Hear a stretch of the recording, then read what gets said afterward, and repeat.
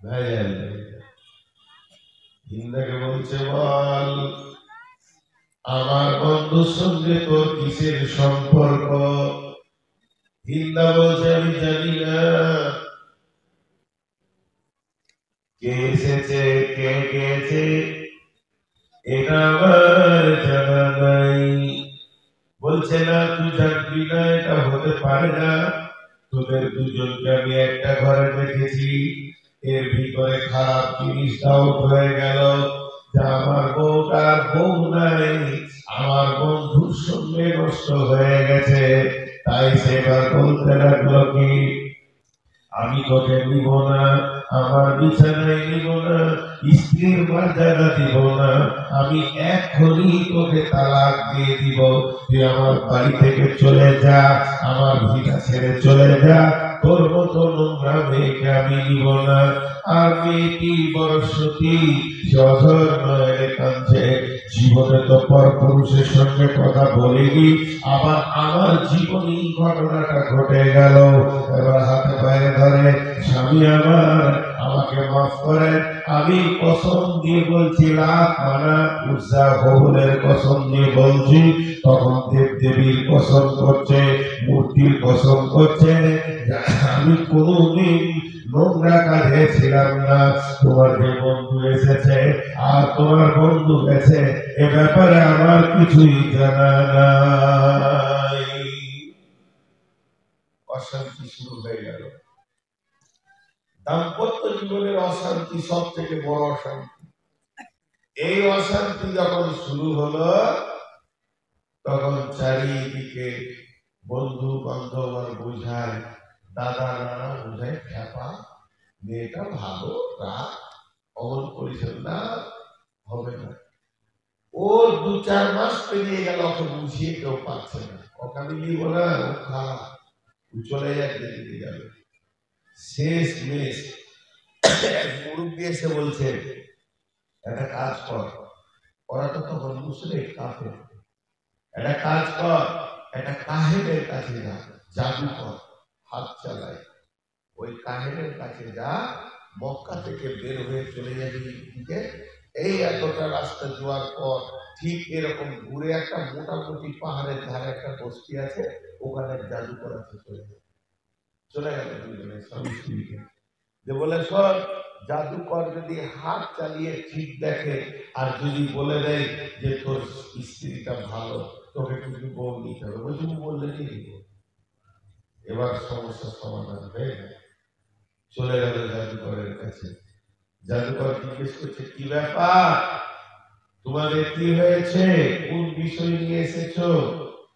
তখন হিন্দার আর স্বামী সব ঘটনাটা খুলে বললো, এরকম।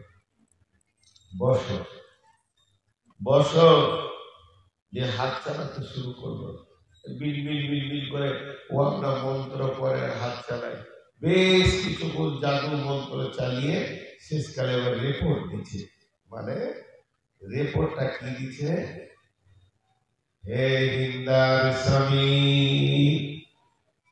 তুমি নিশ্চিত থাকো, তোমার বিবি তোমার বন্ধুর সঙ্গে কোনো খারাপ কাজে মিশেনি, তোমার বিবি সতী আছে, তুমি ছাড়া পৃথিবীর কোন পুরুষ তাকে দেখেনি। একটা সমাধান করলো।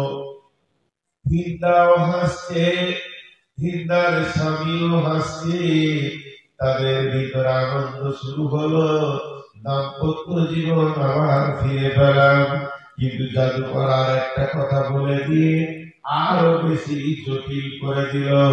জাদুকর আর একটা কথা বলল কি, হিন্দা, আমি জাদু মন্ত্র চালাতে গিয়ে বারবার একটা জিনিস দেখতে পেলাম, তোমার পেটে একটা সন্তান হবে, সেই সন্তানটা পুত্র সন্তান হবে, আর ওটা এমন বড় নাম ডাকওয়ালা সন্তান হবে, যাকে সারা পৃথিবীর মানুষ চিনবে,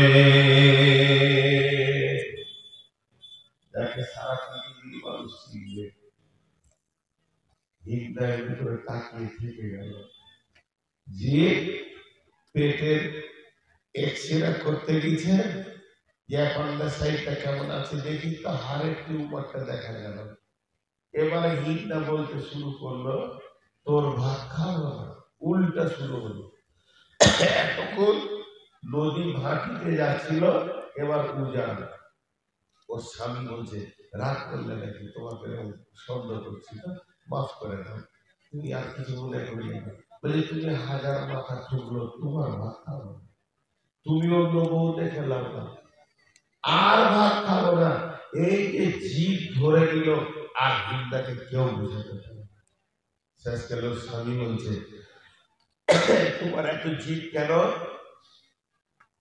উত্তর দিতে, আপনার সঙ্গে দীর্ঘদিন সংসার করলাম, আমি তোমাকে বুঝে নিয়েছি তুমি একটা কাপুরুষ, আর কাপুরুষের পিছে কোনদিন সুপুরুষ বীর যোদ্ধা হতে পারে না। আমার পেটে যদি একটা বীর যোদ্ধা সুপুরুষ নিতে হয়, তার বাপটাকেও সুপুরুষ হতে হবে। হিন্দা করলো কি, হিন্দা সঙ্গে সঙ্গে তার স্বামীকে ছেড়ে দিয়ে তারপরে সে আবু সুফিয়ানকে বিয়ে করলো। আবু সুফিয়ানটাকে রসুলের আপন চাচাকে বিয়ে করলো। হিন্দা রসুলের চাচি হয়ে গেল।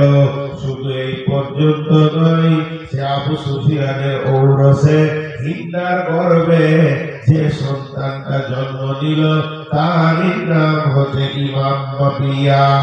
ইমাম মাবিয়াকে চেনে না এমন কোন মুসলমান নাই।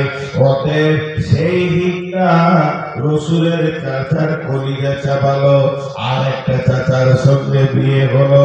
আল্লাহ বলছে, একবার তাকিয়ে দেখ, ইন্নাকা লা তাহদি মান আহবাবতা ওয়ালাকিন্নাল্লাহ ইয়াহদি মান ইয়াশা। আমি যাকে ইচ্ছা করি হেদায়েত দিই। নবী হে, তোমার ইচ্ছাতে হেদায়েত হবে না। হেদায়েত একটা এমন জিনিস।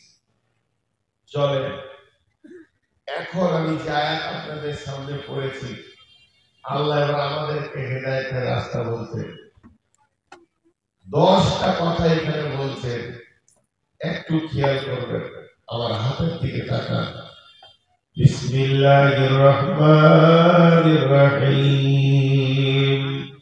কুল তাআলাউ আতলু মা হাররামা রাব্বুকুম আলাইকুম আল্লা তুশরিকু বিহি শাইয়্যা ওয়া বিল ওয়ালিদাইনি ইহসানা ওয়া লা তাকতুলু আওলাদাকুম মিন ইমলাকিন নাহনু নারযুকুকুম ওয়া ইয়্যাহুম ওয়া লা তাকরাবুল ফাওয়াহিশা মা যাহারা মিনহা ওয়া মা বাতান ওয়া লা তাকতুলু নাফসাল লাতী হারামাল্লাহু ইল্লা বিল হাক্কি যালিকুম ওয়াসাকুম বিহি লাআল্লাকুম تعقلون ولا تقربوا مال اليتيم إلا بالتي هي أحسن حتى يبلغ أشده وأوفوا الكيل والميزان لا نكلف نفسا إلا وسعها وإذا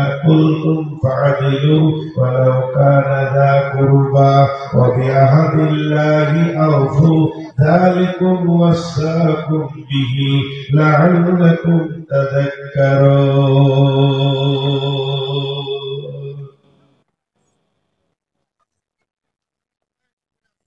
আপনি আমি আপনাকে গাড়ি নিয়ে বেরিয়ে যাচ্ছি, আপনারা বলছেন কোথায় যাবেন? তখন আমি বললাম যে আমি কাটিহার যাবো। আপনারা লোকেশন দিচ্ছেন, এখন তো গুগল লোকেশন উঠে গেছে।